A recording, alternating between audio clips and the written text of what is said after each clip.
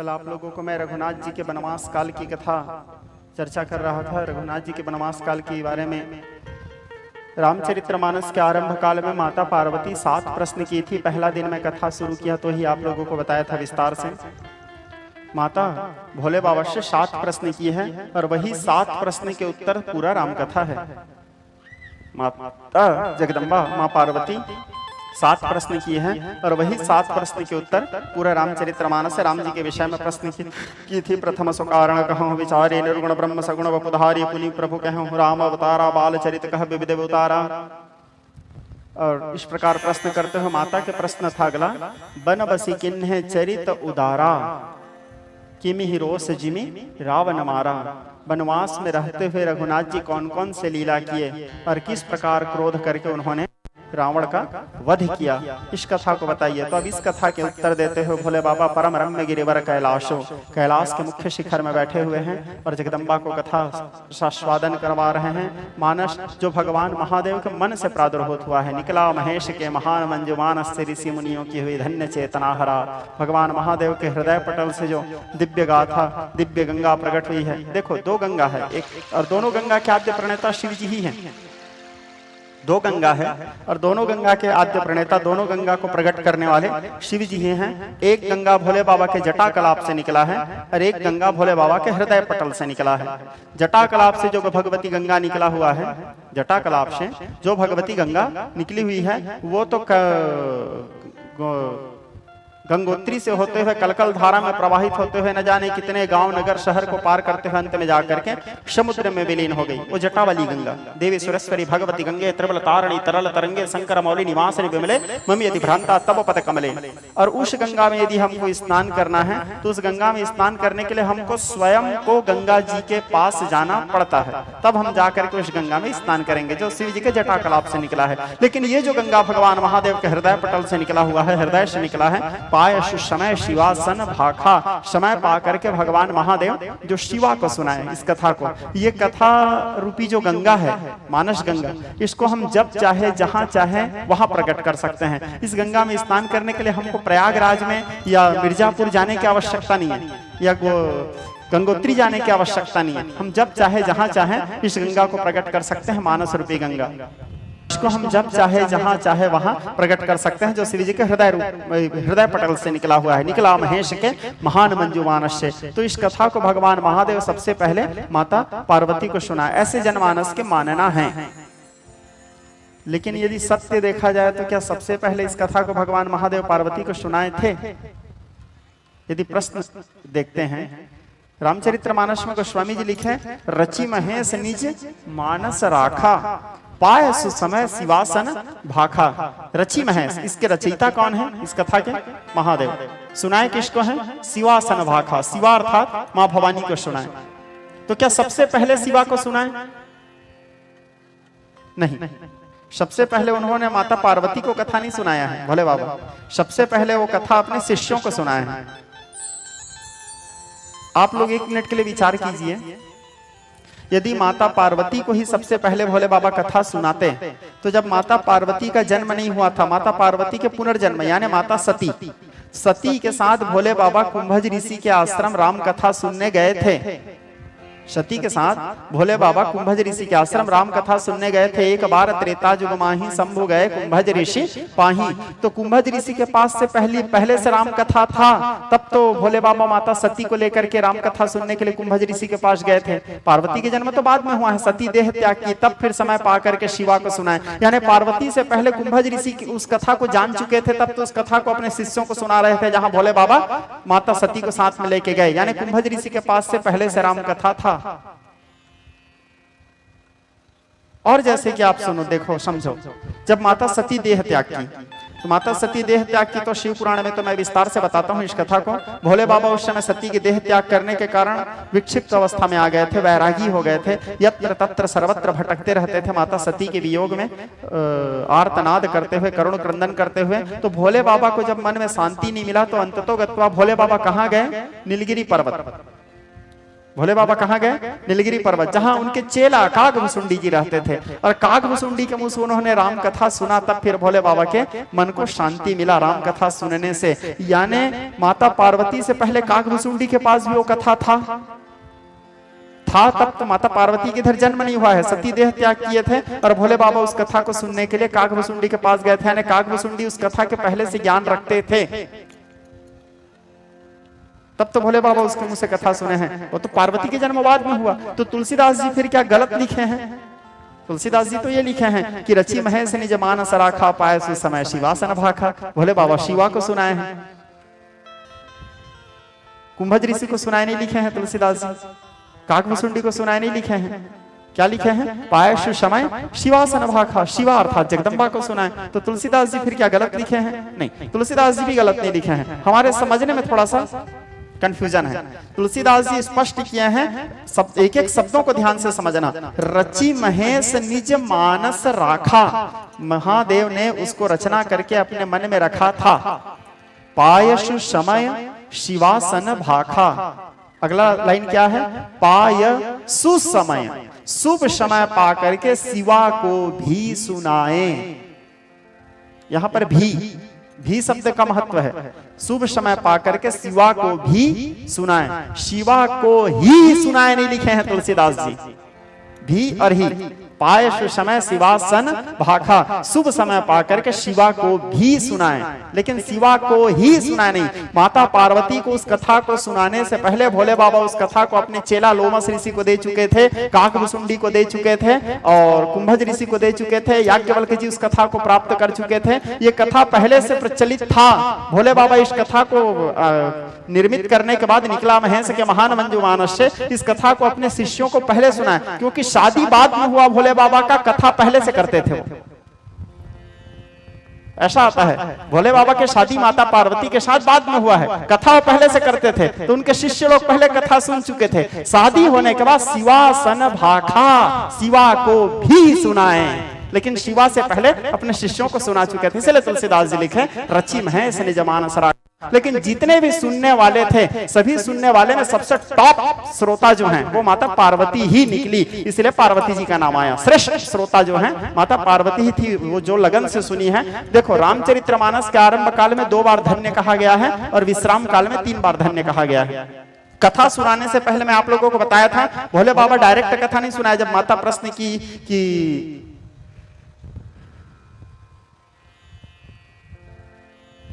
वो भगवान है तो उनको पता कैसे नहीं कि उनकी पत्नी कहाँ है? कैसे बन बन ढूंढ रहे थे? जो नृप तनय तो ब्रह्म किमी नारी विरहमति धीर, माता पार्वती पूछी परम ब्रह्म गिरिवर कैलाशों में। तब फिर भगवान महादेव पहले तो माता पार्वती को जितना ज्यादा हो सके फटकारे, बोले इस प्रकार के जो प्रश्न हैं, मुकुर मलिन अर नयन विहीना, राम रूप देखहु किमि हीना, बातल भूत विवश मतवारे, ते नहीं बोलत वचन विचारे। ये जो तुम प्रश्न किए हो, इस प्रकार के प्रश्न कोई महामूर्ख ही करता है। राम कथा सुनने की योग्यता तुम्हारे में नहीं है। राम के विषय में ऐसा प्रश्न किए हो तुम।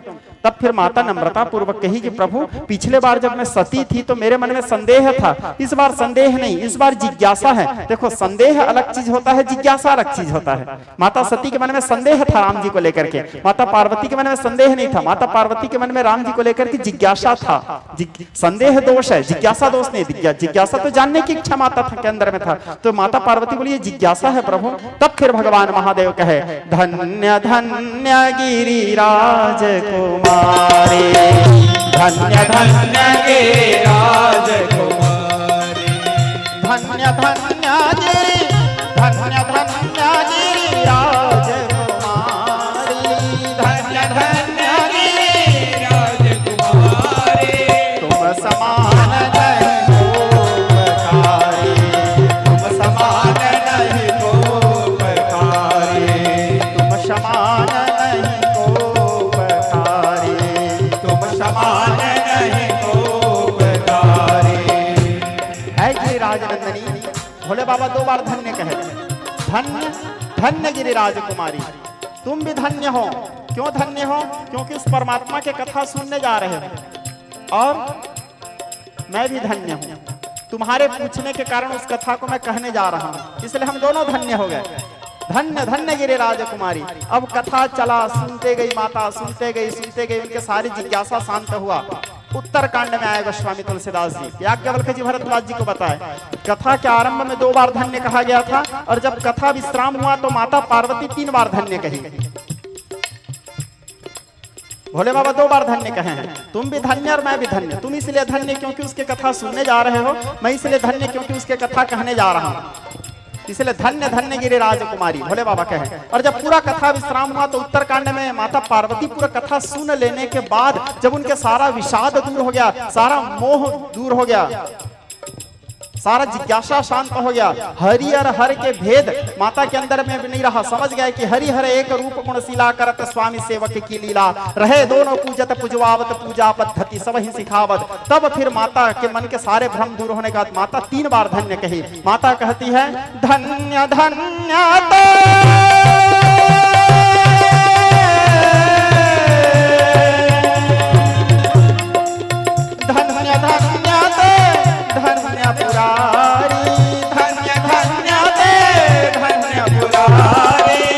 माता कहती है आप तो धन्य हैं ही जो उसके कथा कह दिए, मैं भी धन्य हूं जो उसके कथा को सुन ली।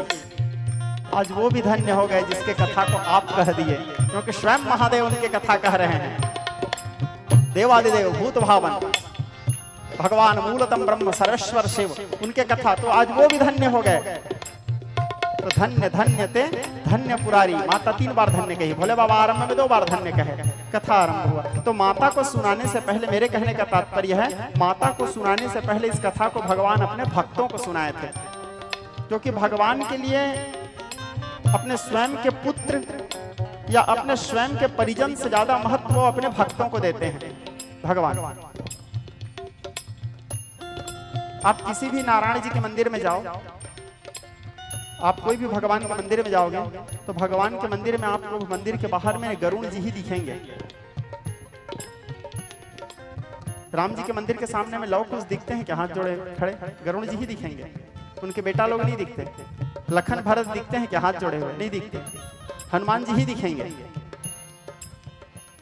अयोध्या आप लोग कभी जाइए, जाके वहां देखना कहीं लौ कुश के मंदिर आपको अलग से नहीं दिखेगा। हाँ, लेकिन हनुमान जी के मंदिर दिखेगा आपको बहुत बड़ा। और राम जी का मंदिर नहीं था तब से हनुमान जी का मंदिर था, और जहां देखो वहां हनुमान जी के मंदिर दिखते हैं। भगवान से ज्यादा भक्तों के मंदिर दिखते हैं। जितना आपको राम जी का मंदिर नहीं दिखेगा, जितना आपको जगन्नाथ जी का मंदिर नहीं दिखेगा, जितना आपको कृष्ण जी का मंदिर नहीं दिखेगा, उतना हनुमान जी का मंदिर दिखता है। कारण भगवान कहते हैं हम भक्त पराधीनो या स्वतंत्र अद्विज, क्योंकि जो भक्त कर सकता है वो उनके स्वयं के पुत्र भी नहीं कर सकते। जो भक्त कर सकते थे वो उनके स्वयं के पुत्र, जब उनके भाई मूर्छित हुए तो हनुमान जी उनके भाई को जीवित करने के लिए संजीवनी बूटी लेके गए थे। भक्त या शिष्य, तो दासस्य दासानम दासत्वम देहि में। इसलिए भगवान सदैव अपने पुत्र से भी ज्यादा महत्व अपने भक्त को दिए हैं, अपने शिष्य को दिए हैं। क्योंकि वो जो कार्य नंदी कर सकते थे वो कार्य कार्तिक और गणेश भी नहीं कर सकते थे। इसलिए भगवान महादेव की किसी भी मंदिर में देखना, कार्तिक रहे न रहे, पार्वती भी रहे न रहे, नंदी अनिवार्य है। गणेश भी नहीं रहेगा तो चलेगा, नंदी अनिवार्य है। अशोक सुंदरी भी नहीं रहेगी तो चलेगी, लेकिन नंदी अनिवार्य है।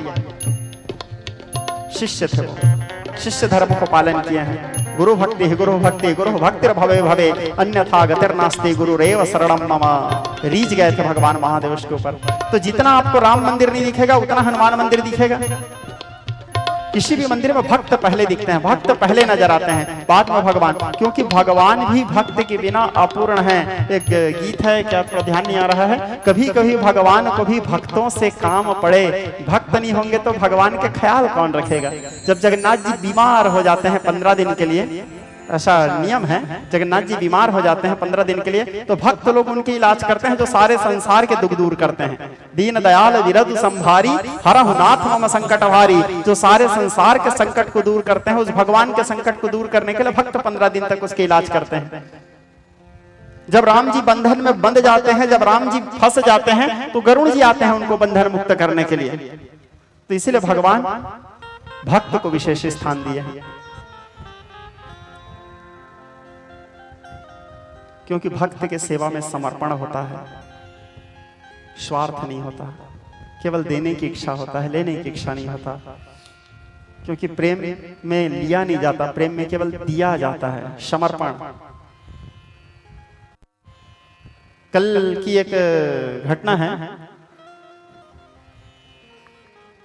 हमारा स्वास्थ्य खराब था यहाँ, जिस दिन से हम कथा आरंभ किए थोड़ा सा बिगड़ गया था किसी कारणवश।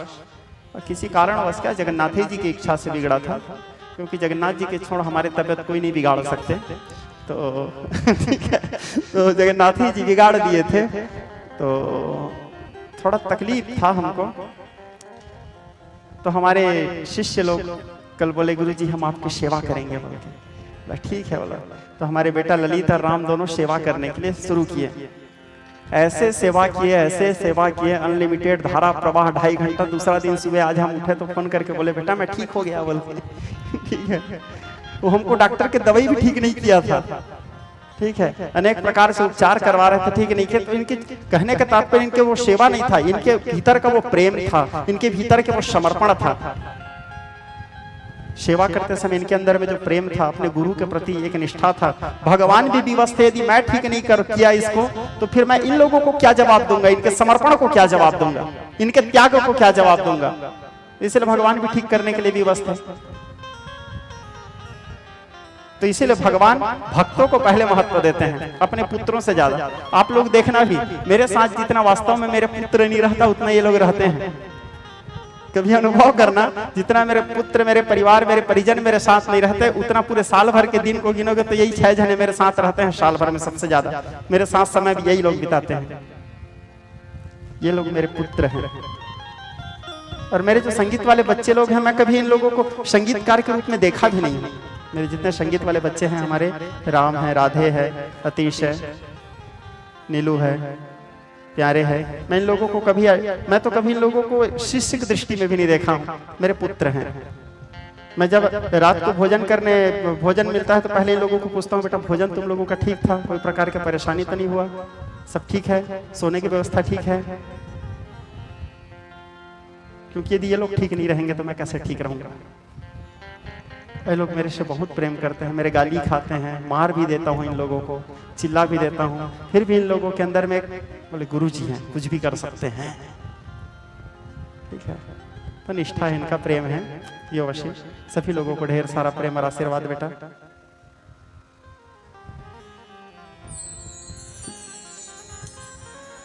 मेरे तबियत को तुम दोनों ठीक किए, लेकिन इसके लिए धन्यवाद बेटा।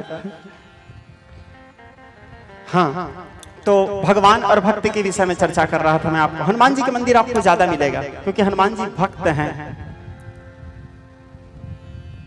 अब भगवान कहते हैं अहम भक्त पराधीनो यश स्वतंत्र यद्विज, मैं सदा भक्तों के अधीन रहता हूँ। भक्त मुझे जैसे बोलते हैं, जैसे करते हैं, मैं वैसे करता हूँ। भक्त के इशारे में मैं चलता हूँ।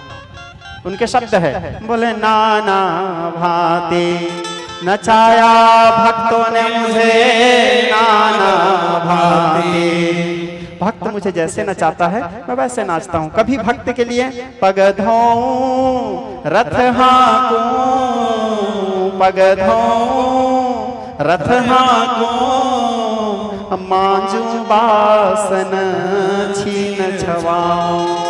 कभी मैं खुद अपने भक्तों के पैर धोना शुरू कर देता हूँ, पग धोऊं। कभी अपने भक्त के लिए मैं स्वयं उसके ड्राइवर बन जाता हूँ, उसके रथ चलाने लगता हूँ। पग धोऊं रथ हाँकूं, मांजू बासन छीन छवाऊं। कभी मेरे भक्त के घर के जूठा बर्तन को धोने के लिए भी मैं जाता हूँ, मैं धोता हूँ। मांजू बासन छीन छवाऊं। कभी बरसात में मेरे घर के भक्त के घर में पानी टपकते रहता है तो मैं स्वयं उसके घर के कुटिया छाने जाता हूँ। नामदेव के कुटिया छाने गए थे भगवान। मांजू बासन छीन छवाऊं, भक्त कहे सो करो निरंतर, भक्त कहे सो करो निरंतर, बेचे तो बिक जाऊं। भक्त मुझे बेचता है तो मैं बिक भी जाता हूँ भक्त के लिए। मैं नित भगतन हाथ बिकाऊं, अहम भक्त पराधीनो यश स्वतंत्र यद्विजः। भगवान कहते हैं, उनकी वाणी है, उनकी घोषणा है। तो विज्ञ स्नेही स्वजन भगवान वनवास काल में निकले थे। आगे आगे रघुनाथ जी, पीछे लखनलाल जी, बीच में माँ जानकी। पुनि रघुनाथ चले वन आगे, पुनि रघुनाथ चले बन आगे, मुनिवर वृंद विपुल संग लागे। कहां से निकले हुए हैं राम जी? सरभंग जी को गति दे करके, सरभंग जी को मुक्ति दे के। कल सरभंग जी के मुक्ति की कथा आप लोगों को बताया था। सरभंग जी स्वर्ग जा रहे थे, सरभंग जी स्वर्ग जा रहे थे। सरभंग जी इतने पुण्य किए थे, इतने पुण्य किए थे, इतने पुण्य किए थे कि सरभंग जी को लेने के लिए देवराज इंद्र स्वर्ग लोक से विमान आया हुआ था। सरभंग ऋषि जो थे इतना पुण्य किए थे, इतना पुण्य किए थे, उनको लेने के लिए स्वर्ग से विमान आ रहा था। सरभंग जी देखे, बोले दिव्य विमान उसके आश्रम में उतरा। बोले कैसे हो भाई, कैसे आए हो? बोले आप इतना पुण्य किया हो मुनिराज कि आपको स्वर्ग में इंद्र बनाने के लिए हम लोगों को लेने के लिए भेजे हैं। आप चलो स्वर्ग में इंद्र बनना, और वो इंद्र आपकी सेवा करेगा, सेवक रहेगा, और आप इंद्र के कुर्सी में बैठना। सरभंग जी बेचारा मारे खुशी के नाचने लगे। बोले अरे मैं धरती लोक का ऋषि, मेरे को इंद्र पद मिलने जा रहा है, मेरे को खुद ही पता नहीं मैं इतना पुण्य कर डाला। मारे खुशी के नाचने लगा। नाचते नाचते सरभंग जी बैठे विमान में। बैठने के बाद बोले स्वर्ग जाना है, इंद्र बनना है, इतना पुण्य का प्रभाव है, कर्म किया हूं। तो विमान में बैठे। विमान में बैठने के बाद जैसे विमान उड़ने ही वाला था, दो चार ऋषि लोग आए। बोले सरभंग जी कहाँ जा रहे हो? सरभंग जी बोले भाइयों मैं इंद्र लोक जा रहा हूं, आना घूमने, मैं इंद्र बनने वाला हूं। बोले तो सारे ऋषि मुनि लोग बोले सरभंग जी क्या कर रहे हो? बोले आपके पुण्य के प्रभाव से आप इंद्र पद को प्राप्त कर रहे हो। आपको पता है राम जी आगे निकल चुके हैं वनवास काल में, ब्रह्म जो हैं वनवास निकल चुके हैं, वाल्मीकि जी के आश्रम से विदा होकर के यही पैडगरी वाले रास्ता से आपके आश्रम के किनारे होते हुए जाने वाले हैं। सरभंग जी तुरंत विमान से कूदे और विमान वाले लोगों को बोले, इंद्र के पार्षदों को बोले चले जाओ तुम लोग। बोले क्यों? बोले ये मौका दोबारा नहीं मिलेगा, तुमको इंद्र पद मिलने वाला है। बोले वो कभी भी पा लूंगा। बोले इसको कभी नहीं पा सकता। बोला मेरे आश्रम के किनारे गुजरने जा रहे हैं, अरे ब्रह्म मेरे सामने आ रहे हैं और मैं कहा वो इंद्र पद को देखूंगा? बोले नहीं चाहिए मुझे, मैं ब्रह्म के दर्शन करूंगा। ब्रह्म मेरे सामने, जब समुद्र मेरे सामने में है तो मैं समुद्र स्नान पहले करूंगा ना भाई। अमृत मेरे सामने रखा है तो पहले अमृत का पान करूंगा। बोले राम मिलने वाले हैं मुझे। कूद गए और फिर राम के इंतजार करने लगे। राम जी आए, कल उस कथा को आपको बताया था। सरभंग जी को गति दिए। सरभंग जी कहे मुहूर्तिष्ठ राघवेंद्र, थोड़े देर ठहर जाओ राम। अहम अग्नि प्रक्षामि तवाग्रे रघुनंदनम, मैं अग्नि प्रवेश करता हूँ। और अपने हाथों से सुंदर चिता बनाए। चिता के ऊपर में बैठ करके अपने योग विद्या से अपने कुंडली जागृत करके, जो योगी लोग करते हैं, सहस्त्रार्ध में श्वास को चढ़ा के, ब्रह्मांड में श्वास को चढ़ा के, ब्रह्मांड भूगोल के दिग्दर्शन करते हुए, ब्रह्मांड भेदन करते हुए योग अग्नि के द्वारा अपने शरीर का त्याग किए। अब रघुनाथ जी सरभंग जी को गति देकर के आगे जा रहे थे। विराट मिले, विराट विद्याधर नाम करके गंधर्व था पूर्व जन्म में। विराट के उद्धार किए, विराट को उद्धार करके अब रघुनाथ जी और आगे जा रहे हैं। आगे जाते समय पुनि रघुनाथ चले बन आगे, पुनि रघुनाथ चले बन आगे, मुनिवर वृंद विपुल संग लागे। सरभंग जी के आश्रम में कुछ ऋषि मुनि लोग थे। वो लोग राम जी के साथ, राम जी को कुछ दूर छोड़ने के लिए साथ साथ जाने लगे। जाते जाते जब रघुनाथ कुछ दूर गए थे, अचानक राम जी एक दृश्य देखे। तुलसीदास जी लिखते हैं क्या दृश्य देखे? अस्थि समूह देखि रघुराया। गोस्वामी जी कह रहे हैं अस्थि समूह देखि रघुराया, पूछा मुनि न लागी तब दाया। रघुनाथ जी हड्डियों के बहुत सारे ढेर को देखे, और हड्डियों के बहुत सारे ढेर को देखने के बाद राम जी को दया आ गया। क्योंकि राम जी का जो स्वभाव है कोमल स्वभाव बताया गया है। नीलांबुज श्यामल कोमलांगम, कोमल चिताति दीन दयाला, कारण बिन रघुनाथ कृपाल। बड़े कोमल स्वभाव है रघुनाथ जी का। तो उस रघुनाथ जी अस्थि समूह को देख करके ऋषि मुनियों से पूछे कि मुनिराज ये हड्डियां किसके हैं?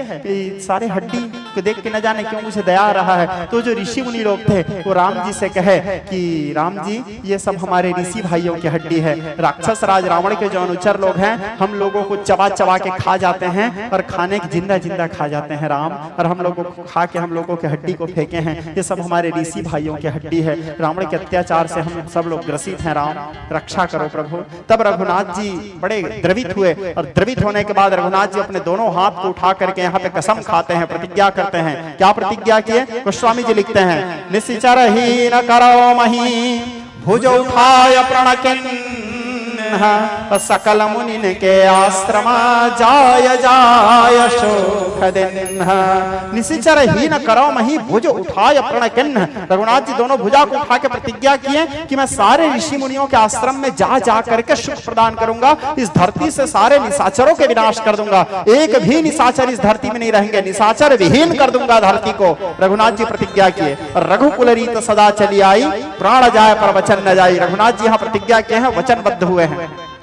इस कथा को मैं 2 दिन पहले आप लोगों को बता रहा था हल्का से। शूर्पणखा भी प्रतिज्ञा की थी। जिस समय शूर्पणखा के पति विद्युत जिह्वा को रावण मार दिए थे, और रावण विद्युत जिह्वा को मारने के बाद राक्षस लोग जब विद्युत जिह्वा के शव के चारों नृत्य कर रहे थे, तो शूर्पणखा के हृदय में अग्नि प्रज्वलित हो रहा था। शूर्पणखा उस समय कसम खाई थी कि आज मेरे पति के मौत में जो सारे असुर लोग नृत्य कर रहे हैं, एक दिन मैं इस धरती से सारे असुरों को विहीन करवा दूंगी, असुरों से धरती को विहीन करवा दूंगी, एक भी असुर नहीं रहेंगे धरती में। शूर्पणखा के कसम था, और सेम कसम आज राम जी खाए हैं। निशिचर ही न करो मही भुज उठाय प्रण किन्न। इसीलिए शूर्पणखा राम जी के पास आकर के पंचवटी में कहती है, तुम सम पुरुष न मो सम नारी, यह संजोग विधि रचा विचारी। आपके समान पुरुष नहीं और मेरे समान नारी नहीं। शूर्पणखा किसी वासना को लेकर के, विकार को लेकर के, काम को लेकर के राम के पास नहीं गई थी। शूर्पणखा तो अपने मार्मिक वेदना सरकार को सुनाने गई थी कि प्रभु जो आपका प्रतिज्ञा है वही मेरे प्रतिज्ञा है। आप भी निशाचरों से धरती को विहीन करना चाहते हैं, मैं भी निशाचरों से धरती को विहीन करना चाहती हूँ, इसीलिए तुम सम पुरुष नमो सम नारी, यह संजोग विधि रचा विचारी। तो रघुनाथ जी वहां पे प्रतिज्ञा किए, और प्रतिज्ञा करने के बाद अब रघुनाथ जी आगे वनवास के मार्ग में प्रस्थान करने लगे। कुछ दूर आगे जा ही रहे थे, अब आगे कौन से ऋषि आने वाले हैं? रामचरितमानस के सबसे छोटे उम्र के ऋषि। जैसे भागवत में सबसे छोटे भक्त कौन है? श्रीमद् भागवत कथा आप लोग सुने होंगे। श्रीमद् भागवत महापुराण में जितने भी कथा हैं, सभी कथाओं में सबसे छोटे भक्त कौन है, जो सबसे छोटे उम्र में भगवान को प्राप्त कर लिए? श्रीमद् भागवत महापुराण में सबसे छोटे भक्त हैं ध्रुव जी, जो 5-5.5 वर्ष की अवस्था में भगवान निर्गुण निर्विशेष निराकार ब्रह्म को सगुण साकार करके अपने सामने प्रकट कर दिए थे। उसके बाद दूसरे नंबर में फिर भागवत में भक्त आता है ध्रुव जी से थोड़े बड़े प्रहलाद जी, जो 7-7.5 वर्ष की उम्र में थे। शिव महापुराण में सबसे छोटे उम्र के भक्त कौन थे? मार्कंडेय जी, जो छोटे से बालक थे, थोड़े ही उम्र में भगवान वो महाकाल को अपने सामने साक्षात्कार कर दिए। उसके प्राण रक्षा करने के लिए भगवान महाकाल उनके सामने प्रकट हो गए। मृत्युंजय महादेव त्राहि माम शरणागतः जन्म मृत्यु जरा व्याधि पीड़ितः कर्म बंधनः। क्योंकि वो शिवालय में बैठ करके देवादिदेव भगवान महादेव का महामृत्युंजय मंत्र के जाप कर रहा था, और उस समय यमराज उसको लेने आए थे, जिस समय उसके मन में ये चल रहा था, त्र्यंबकं यजामहे सुगंधिं पुष्टिवर्धनम् उर्वारुकमिव बन्धनान् मृत्योर्मोक्षेयमामृता। जिस समय वो जप कर रहे थे, भगवान महादेव के लिंग को पकड़ के रखे थे। यमराज आए, अपने कालपाश फेंके। कालपाश फेंकने के बाद जैसे मार्कंडेय को खींचना चाहे, मार्कंडेय जम से लिंग को पकड़े। लिंग से देखते ही देखते भगवान महारुद्र प्रादुर्भूत हुए। निर्गुणा निरूपमा निष्प्रपंचा निष्कलंका निर्द्वंदा नित्य शुद्ध बुद्ध परिपूर्ण सच्चिदानंद दंडात्मकाय परम शांत प्रकाश तेजोमय स्वरूपाय। जय जय महारुद्र महारुद्र भद्रावतार दुखावदान काल भैरव कपाल भैरव कलपंत भैरव खट्टंग खड़ग चरम पाशांकुश डमरू सूल हिंदी मुसल बुद्गर पट्टे सोमेषण कर शास्त्र दृष्टा कराल विकटहास विस्फारित मंडल ब्रह्मांड कुंडल नागेंद्र हार नागेंद्र वलय। भगवान सर्वेश्वर सदाशिव प्रकट हुए। यमराज देख के भीत भीत प्रकंप यमराज को भगाया भगवान महादेव। मार्कंडेय जी को चिरंजीव कर दिए, बोले तुम कभी नहीं मरोगे मार्कंडेय, ब्रह्मा को भी मरते देखेगा तू। महादेव किसी को वरदान देने में आ गए तो क्या दे देंगे उनको खुद को पता नहीं है, अवघड़ है वो।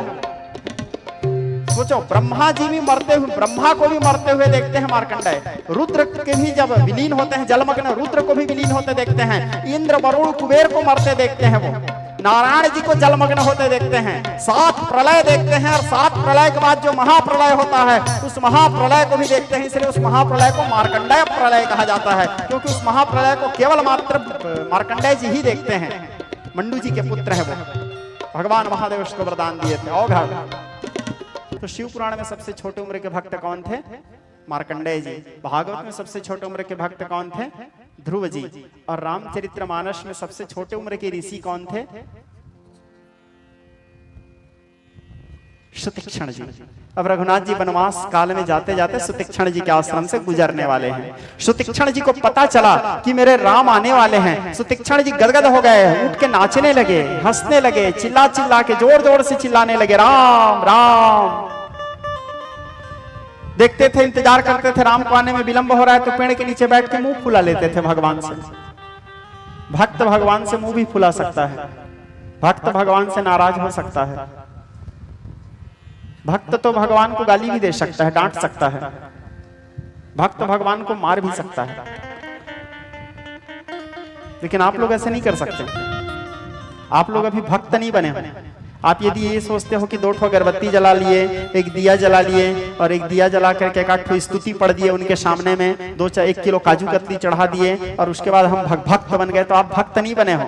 अभी आप भक्त बनने के प्रैक्टिस कर रहे हो। प्रैक्टिस करना अलग चीज है, भक्त बनना अलग चीज है, ठीक है। अभी आप भक्त बनिए, जो कर रहे हो, दिया जला रहे हो, अगरबत्ती जला रहे हो, मिठाई चढ़ा रहे हो, फूल चढ़ा रहे हो, आरती कर रहे हो, क्या कर रहे हो? ये भक्ति, इसको भक्त है, ये भक्त है नहीं बोल सकते हम। कई जने बोल देते हैं बोलचाल की भाषा में वो बड़ा भक्त है, तो हम सबको भक्त नहीं बोल सकते। वो भक्त नहीं है, भक्त बनने का प्रैक्टिस कर रहा है अभी वो, ठीक है। भक्त कब बनेंगे? जब भगवान स्वयं सिग्नेचर करेंगे, हाँ माम है ये मेरा हो चुका।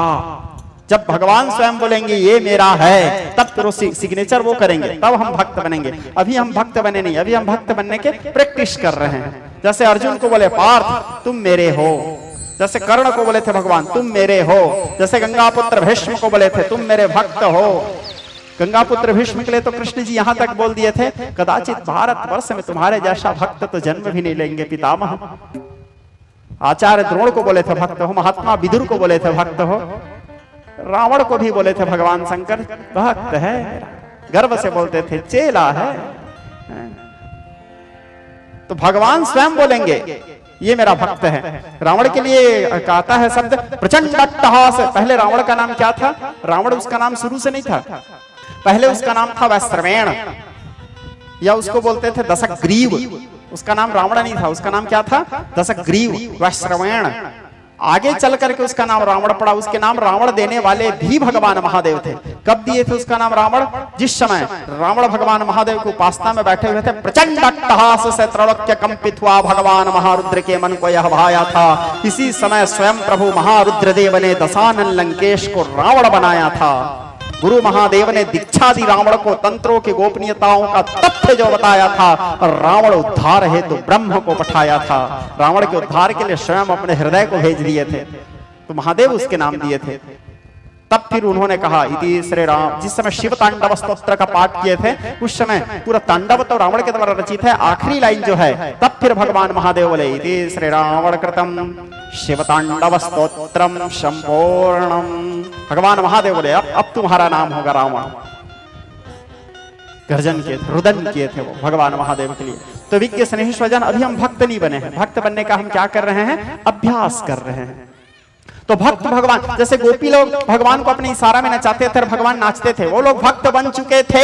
जन्म जन्मांतर से तपस्या करते करते करते करते आखिरी में थक गए। वो लोग विचार किए, बोले कब तक ऐसे तपस्या करते रहेंगे, योग में बैठे रहेंगे, ध्यान करते रहेंगे? चलो वो भगवान आने वाले हैं, जन्म लेने वाले हैं, सगुण साकार रूप में आने वाले हैं, उसके साथ में उसके युग में जीने का हमको अवसर प्राप्त होने वाला है। वो साक्षात ब्रह्म सगुण साकार रूप लेने वाले हैं, मनुष्य रूप में आने वाले हैं, और हम कितने सौभाग्यशाली हैं, हम उसके साथ उसके युग में जीने का अवसर प्राप्त होगा। इतिहास में हमारा नाम लिखा जाएगा। चलो हम सब लोग भी जन्म लेंगे, और बड़े बड़े ऋषि मुनि लोग, संत महात्मा लोग, यमलात्माएं, वेद की ऋचाएं गोपी ग्वाल के रूप धारण करके आकर के जन्म लिए थे, कृष्ण के आने के इंतजार कर रहे थे। जब कृष्ण आएंगे तब हम उनके साथ खेलेंगे, उनके साथ नाचेंगे, उनको अपने इशारे में नचाएंगे, और थोड़े से माखन और थोड़े से मिश्री के लालच दे करके गोपियां भगवान कृष्ण को अपने ओर आकर्षित करती थी, नचाती थी। आदि गुरु शंकराचार्य जी लिखते हैं गोविंद दामोदर माधवेति नाम स्तोत्र में, रामानुजम वीक्षण के लीलोहम गोपी गृहत्वा नवनीत गोलम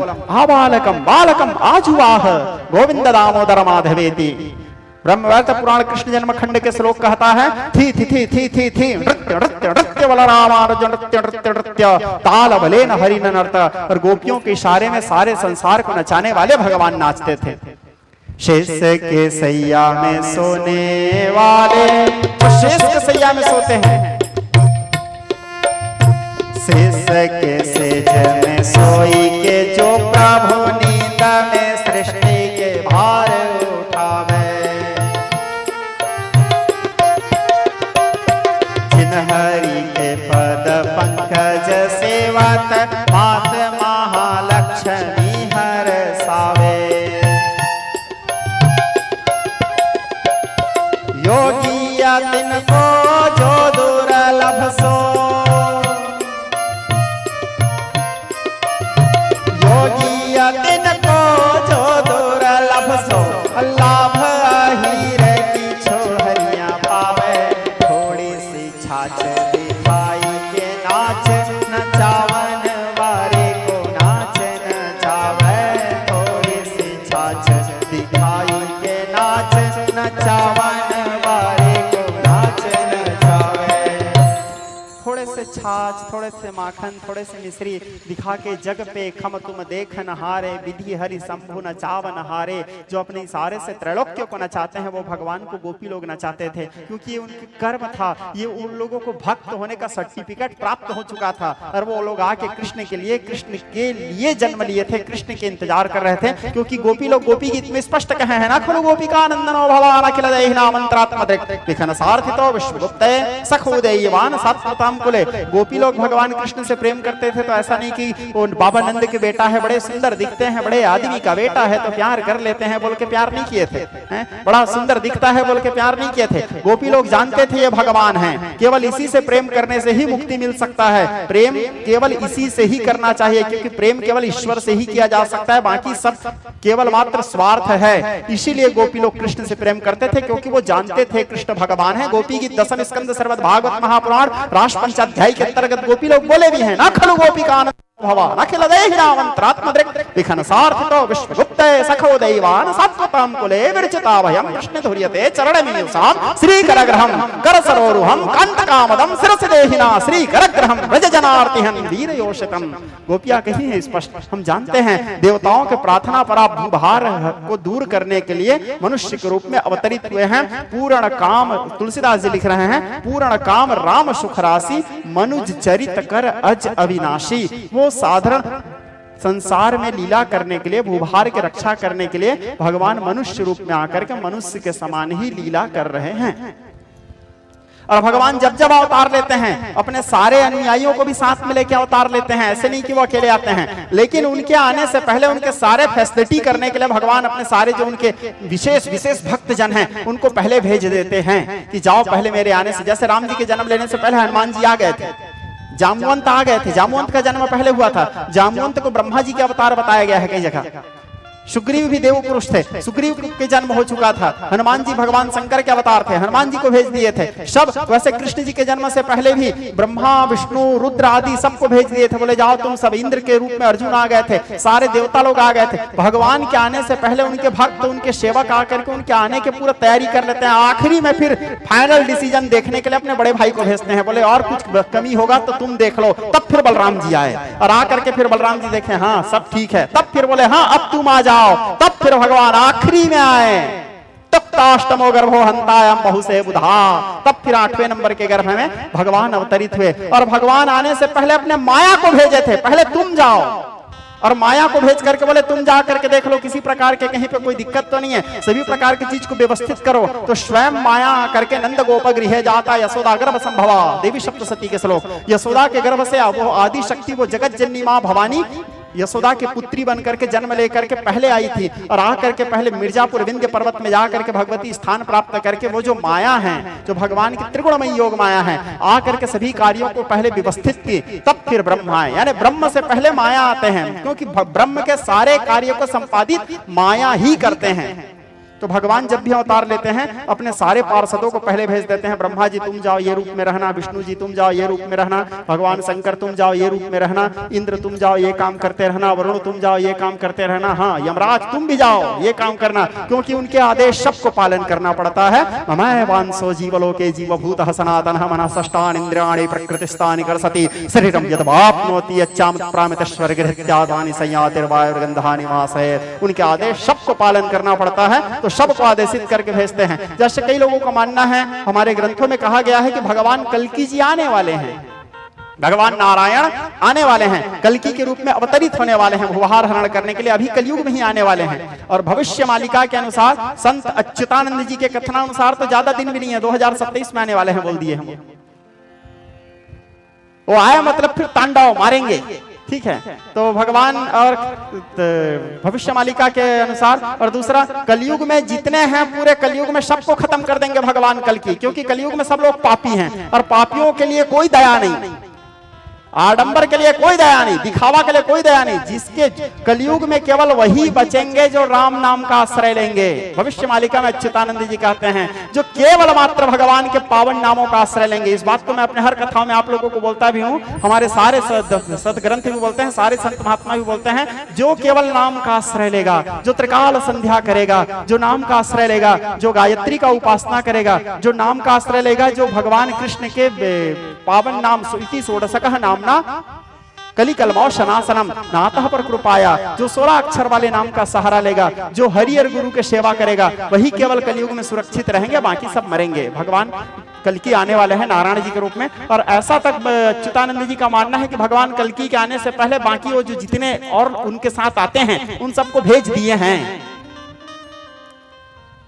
भगवान कल्कि के आने से पहले भगवान शंकर हैं, भगवान ब्रह्मा हैं, या अन्य जो भी हैं, इनके जो सारे सेवाकारी लोग हैं, उन सबको पहले से भेज दिया। बोले तुम सब जाओ, अपने कहीं कहीं छिप छिप करके रहो, अपना अपना काम करते रहो, जैसे मैं आऊंगा तब फिर तुम सब आ जाना मेरे पास, या तो मैं आ जाऊंगा तुम सबके पास, फिर सब मिलकर शुरू करेंगे। विनाशाय च दुष्कृताम धर्म संस्थापनार्थाय संभवामि युगे युगे, ऐसा मानना है। तो भगवान के आने से पहले भक्त पहले आते हैं, क्योंकि भक्त पहले आकर के व्यवस्था करके देखते हैं, व्यवस्था करेंगे, व्यवस्था करने के बाद भक्त क्या है सोचता है, क्योंकि नारद देखा विकल जयंता दिन दया लागी चित संता, जैसे किसी से गलती हो भी गया तो भक्त का हृदय क्या है, संत के समान हृदय है। तो नारद जी को दया आ गया और जयंत को समझाया, देख भैया तू सुधर जा, तू ठीक हो जाएगा तो तू बच जाएगा। जयंत को समझाए तो भक्त आकर के पहले समझाने का काम करते रहते हैं, बोले समझ जाओ रे, समझ जाओ, सार क्या है समझ जाओ। आखिरी जब भक्त थक जाता है, पहले समझाने के लिए भगवान भक्तों को भेज दिए रहते हैं, जब उसके बाद भी नहीं समझता फिर आखिरी फाइनल डिसीजन के लिए तो आएंगे ही भगवान कल्कि।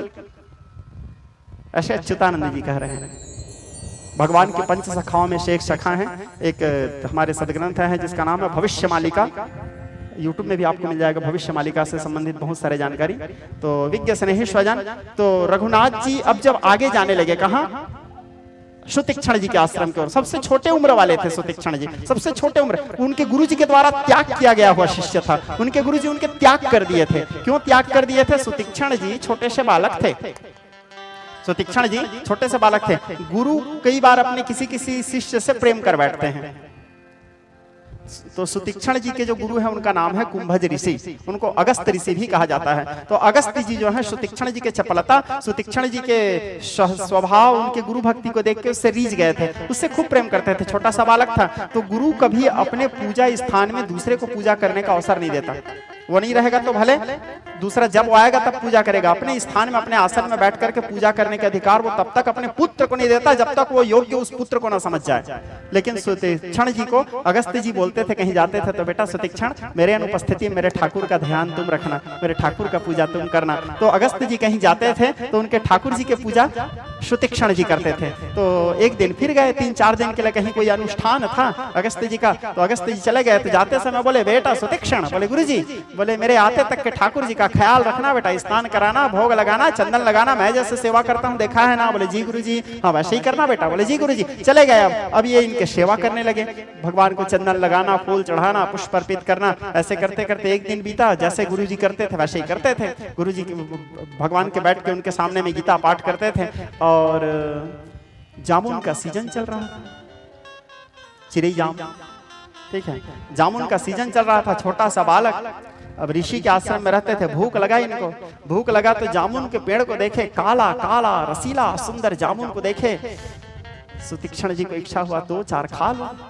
देखे उसको तोड़ सकते नहीं, छोटे से बालक हैं, पेड़ चढ़ने का भी उसके में सामर्थ्य नहीं है, तो उसको कैसे चढ़ के उतारूं? तो सुतीक्ष्ण जी क्या किए, जो ठाकुर जी थे उसको लाए और ठाकुर जी को ला करके दे मारे शालिग्राम भगवान को आप लोग देखे हो ना, काला रंग का होता है, जामुन जैसे ही दिखता है पूरा। तो उठाया मारे मारे तो 2-4 जामुन गिर गए नीचे, 2-4 जामुन नीचे गिरे, बड़े खुश हो गया बच्चा, उठाया खाया, खाने के बाद फिर और मारा, फिर गिरे, फिर 2-4 उठाए खाए, फिर मारे, फिर गिरे, फिर खाए, बगल में नदी था, फिर मारे, जामुन तो गिरा, ठाकुर जी नहीं गिरे, नदी में गिर गए। अब ठाकुर जी नदी में गिर गए तो सुतीक्ष्ण जी घबरा गए, बोले अरे मेरे गुरुजी के ठाकुर जी तो नहीं है, अब मेरे गुरुजी को पता चलेगा तो मैं कैसे करूंगा, घबरा गए, भयभीत हो गए। अब बोले चलो बाद में सोचेंगे, पहले खा लेते हैं।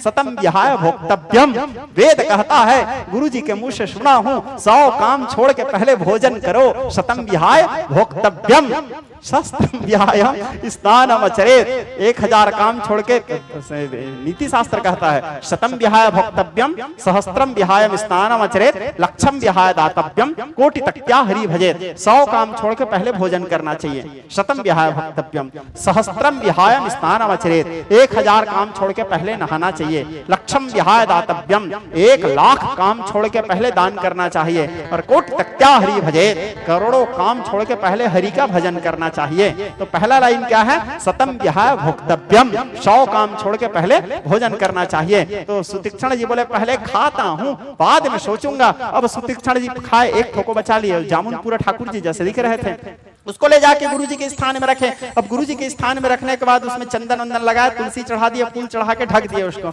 अब दूसरे दिन गुरुजी आए, गुरुजी आने के बाद सुतीक्ष्ण को बोले, सुतीक्ष्ण, बोले गुरुजी मेरे ठाकुर का ठीक से ध्यान रख रहे थे, बोले जी गुरुजी। अब दूसरे दिन नहाए, स्नान ध्यान करके गुरुजी बैठे पूजा करने के लिए, ठाकुर जी को उठाए, स्नान करने के लिए डुबाए, डुबाने का फिर रखे, रखने के बाद अब चंदन लगे, घोरे श्रीखंड चंदनम सुमनोहरि विलोपनम, जैसे लगाने लगे तो थोड़ा नरम नरम लगने लगा भगवान। अब पत्थर में लगाओगे आप, पाषाण में, और किसी फल में लगाओगे, वो भी एक दिन पुराना फल, यानी वो थोड़ा सा नरम हो जाता है, थोड़ा सा ये हमारे लोड जैसे हो रहा था, ठीक है। तो सुतीक्ष्ण, ठाकुर जी नरम कैसे हो गए रे? तो सुतीक्ष्ण बोलते हैं क्या पता गुरुजी, नित्य नित्य चंदन, नित्य नित्य पानी, रोज रोज चंदन लगा रहे हैं, रोज रोज पानी लगा रहे हैं, हो ना हो नरम हो गया होगा, पानी लग लग के, चंदन लग लग के। गुरुजी समझ गए मेरे राम को ये मेरे से दूर किया है। बोले सुतीक्ष्ण जी को, बोले बेटा सुतीक्ष्ण, मेरे आश्रम से तू चले जा, जब तक मेरे राम को लेके नहीं आएगा तब तक मेरे आश्रम मत आना, तू मेरे भगवान को मेरे से दूर किया है। आश्रम से निकाल दिए। सुतीक्ष्ण जी अपने गुरुजी से बहुत प्रेम करते थे, उसके गुरुजी के बिना रह पाना उसके लिए बहुत मुश्किल था, लेकिन उनके गुरुजी बोले थे जब तक तू मेरे राम को नहीं लाएगा मत आना। तो एक एकांत में बैठ करके आश्रम में अपने गुरुजी के याद करते रहते थे। वो भगवान को नहीं, अपने गुरुजी को याद करते थे, क्योंकि गुरु साक्षात परब्रह्म। और उनको विश्वास था एक दिन मेरे राम आएंगे और उनको राम जी से मिलने के लिए तड़प और बेचैनी नहीं था। राम जी मिल जाएंगे तो अपने गुरु जी से मिला लूंगा, तो फिर उस दिन से मेरे गुरु जी और मेरा फिर से मुलाकात हो जाएगा, मिलन हो जाएगा। गुरु से मिलने के लिए व्याकुलता था उसके अंदर में, क्योंकि वो जान चुका था गुरु भक्ति गुरु भक्ति गुरु भक्ति भवे भवे अन्यथा गतिर्नास्ति गुरुरेव शरणम मम। इसीलिए वो राम के इंतजार कर रहा था। जैसे उनको पता चला राम आ रहे हैं, कभी हंसने लगते थे, कभी रोने लगते थे, कभी नाचने लगते थे। एक बार विष्णु जी से, विष्णु पुराण में नारद जी पूछे प्रभु आपके भक्त कैसे होते हैं? भगवान एक लाइन में उत्तर दिए, पागल होते हैं। जिसको देखते ही समझ आ जाए पागल है, कुछ भी करते रहता है, समझ जाओ यही है मेरा भक्त है। तो सुतीक्ष्ण जी, भगवान शंकर राम कथा बताते हुए भगवान शंकर को ये बोलना पड़ गया माता को कि देवी वरनी न जायशो दशा भवानी। भला ऐसा कौन सा कथा है जिसको शंकर जी वर्णन नहीं कर सकते, लेकिन सुतीक्ष्ण जी के कथा बताते समय स्वयं भूत भावन भोले बाबा कह डाले वरनी न जायशो दशा भवानी। अब जिसके कथा में तुमको बताने जा रहा हूं भवानी, उसके दशा को तो मैं भी वर्णन नहीं कर सकता, इतना पागल है वो। तुलसीदास जी लिखते हैं मुनिया गस्त कर शेष सुजाना, मुनिया गस्त कर शेष सुजाना, मुनिया गस्त कर शेष सुजाना, मुनिया गस्त कर शेष सुजाना। नाम सुतीक्ष्ण रति भगवाना, नाम सुतीक्ष्ण रति भगवाना, नाम सुतीक्ष्ण रति भगवान,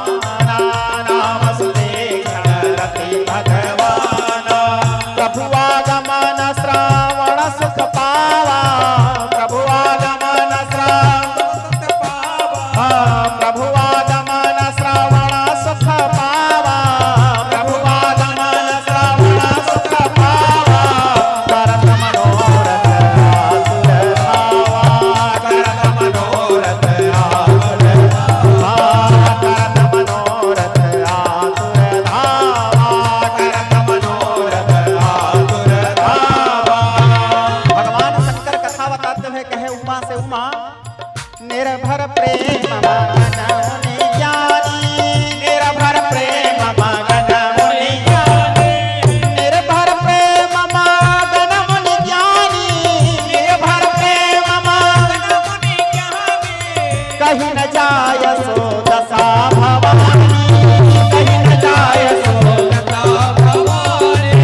कहीं न जाय सो दशा भवानी, कहीं न जाय सो दशा भवानी। निर्भर प्रेम मगन मुनि ज्ञानी, निर्मल प्रेम उसका, भगवान के ध्यान में मग्न है। मुनि है वो, और स्वयं भगवान शंकर अपने मुंह से कह रहे हैं सुतीक्षण जी को ज्ञानी। सिग्नेचर कर दिया भगवान शंकर, ये ज्ञानी हैं, सुतीक्षण जी को कह रहे हैं। निर्भर प्रेम मगन मुनि ज्ञानी, निर्भर प्रेम मगन मुनि ज्ञानी। स्वयं जहां से ज्ञान जन्म लेता है, जो ज्ञान को पैदा करते हैं, वो किसी को कह रहे हैं कि ये ज्ञानी हैं। तो सोचो सुतीक्षण जी के पास क्या ज्ञान रहा होगा। स्वयं भगवान शंकर बोल रहे हैं, निर्भर प्रेम मगन मुनि ज्ञानी, निर्भर प्रेम मगन मुनि ज्ञानी। कहीं न जाय सो दशा भवानी, कहीं न जाय सो दशा भवानी। और सुतीक्षण ये उपलब्धि पाया कहां से है? गुरु कृपा ही केवलम, क्योंकि वो अपने गुरु के पीछे दीवाना था। गुरु रहे और शिव रहे वो गुरु, तो श्री जी उसके प्रशंसा करेंगे ही। तब रघुनाथ जी आए, तब रघुनाथ निकट चली आवा, तब रघुनाथ निकट चली आवा। इधर ध्यान में बैठे हुए हैं, राम जी को आने में विलंब हुआ तो मुंह फुला लिए, और मुंह फुला के पेड़ के नीचे बैठ गए। बोले इतने देर हो जाओ मत आओ, मेरे को नहीं चाहिए आप, अब मैं अपने हृदय वाले राम का दर्शन करूंगा।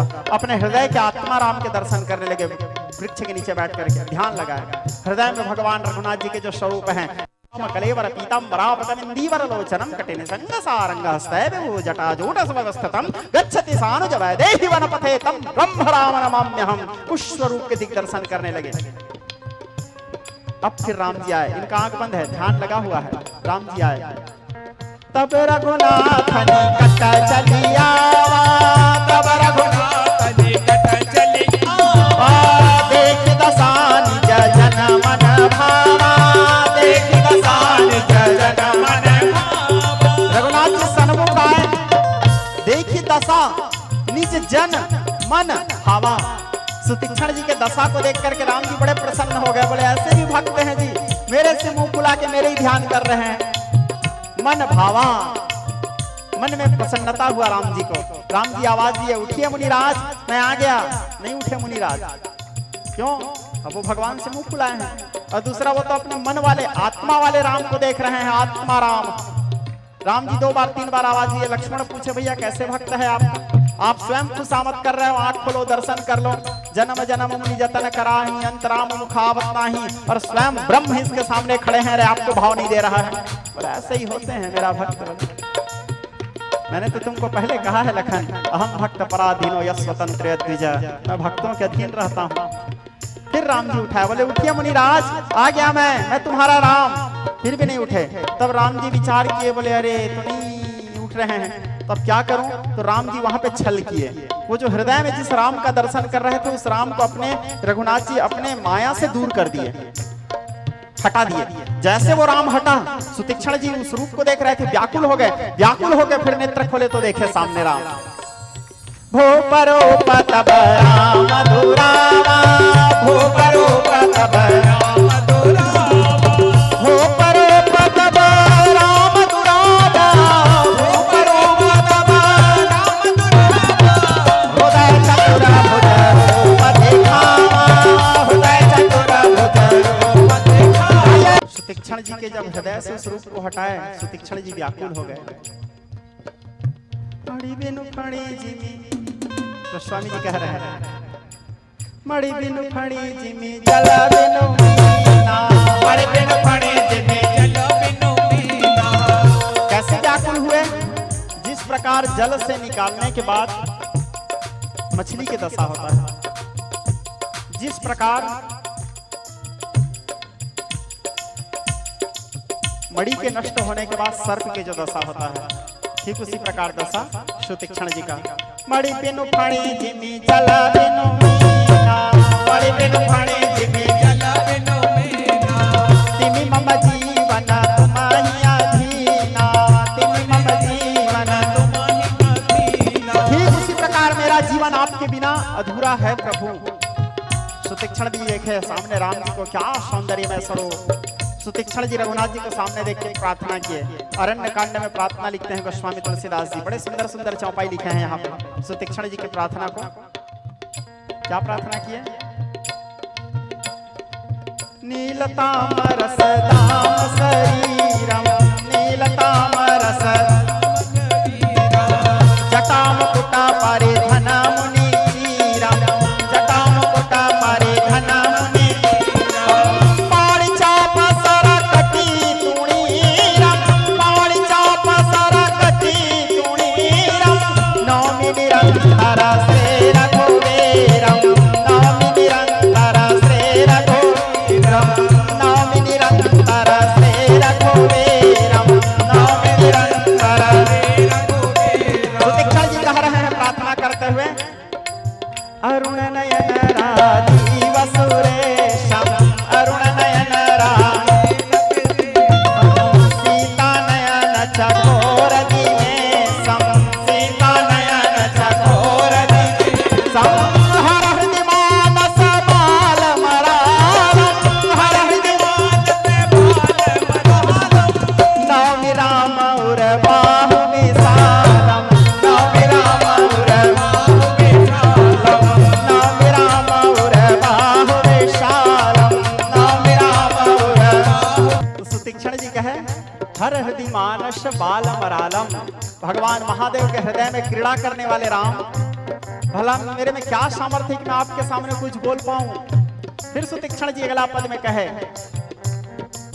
निर्गुण सगुण विषम समरूपम, निर्गुण सगुण विषम समरूपम, जानकी राघव तेतानुपम, जानकी राघव तेतानुपम, भक्त कल्प पाद पराम, भक्त कल्प पाद पराम, दर्जन क्रोध लोभ मद काम, दर्जन क्रोध लोभ मद तुलित भुज प्रताप बल धाम, तुलित भुज प्रताप बल धाम, कलिमल विपुल विभंजन राम, कलिमल विपुल विभंजन राम, तुलित भुज प्रताप बल धाम, तुलित भुज प्रताप बल धाम। सुतीक्षण जी रघुनाथ जी के प्रार्थना किए। प्रार्थना करने के बाद रघुनाथ जी बोले, मैं तुम्हारे ऊपर प्रसन्न हूँ सुतीक्षण, जो चाहे वरदान मांग लो। सुतीक्षण जी बोले, यही तो मेरे को नहीं आता। राम जी बोले, नहीं आता मतलब? बोले, वरदान मांगना नहीं आता प्रभु, आज तक इससे पहले कभी किसी से मांगा हूं नहीं। और दूसरा प्रभु, जो भक्त होता है, भक्त कभी लेन देन नहीं करता। मांगूंगा मतलब आप मेरे को दोगे, मैं आपसे लूंगा। लेन देन का काम तो व्यापारी का है, भक्त का थोड़ी है। न सब भक्त प्रहलाद ने श्रीमद् भागवत महापुराण में इस बात को कहे हैं, न सब समय बड़ी का। जो भक्त होता है वो कभी लेन देन नहीं करता, लेन देन का काम व्यापारी का है। और लेन देन हो रहा है मतलब तो व्यापार है, फिर प्यार कैसा प्रभु? मेरे को मांगना नहीं आता। तो राम जी उसके स्वभाव को देख करके सहज ही राम जी कह दिए कि जाओ सुतीक्षण, मैं तुमको अपना अविरल भक्ति प्रदान करता हूं। ये क्या है अविरल भक्ति? सबसे दुर्लभ भक्ति है ये।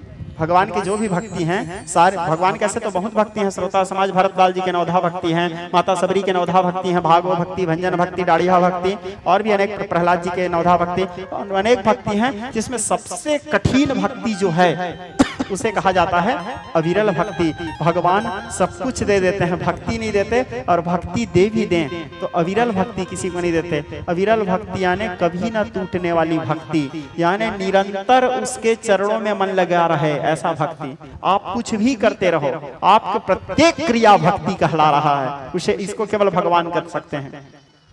यदि भगवान आपको अविरल भक्ति दे दिए तो फिर आप जो कर रहे हो वो आपके साथ। आप यदि कंघी भी कर रहे हो तो कंघी करना भी भक्ति है, ठीक है। आप ब्रश कर रहे हो तो ब्रश करना भी भक्ति है, ठीक है। आप कपड़ा पहन रहे हो तो कपड़ा पहनना भी भक्ति है। यदि भगवान ये घोषणा कर दिए, लिख दिए साइन, हाँ तू तेरे को मैं अपना अविरल भक्ति दे दिया, तू मेरा अविरल भक्त है, तो फिर आपके सारे क्रिया, आप जो करो, जैसा करो, यहां तक के बताया गया आत्मा तम गिरजामती सहचरा प्राणा शरीरम गृहम पूजा ते विषयोग भोग रचना। वो आप भोग विलास कर रहा है वो भी भक्ति, विषयोग भोग रचना, निद्रा समाधि स्थिति, सोए हो वो भी भक्ति, समाधि में गया हो वो भी भक्ति, निद्रा समाधि स्थिति, संचार प्रदयो प्रदक्षिण विधेस्तत्राणि सर्वागिरो यद् यद् कर्म करोमि तद् अखिलम गुरु वर्तमाराधनम।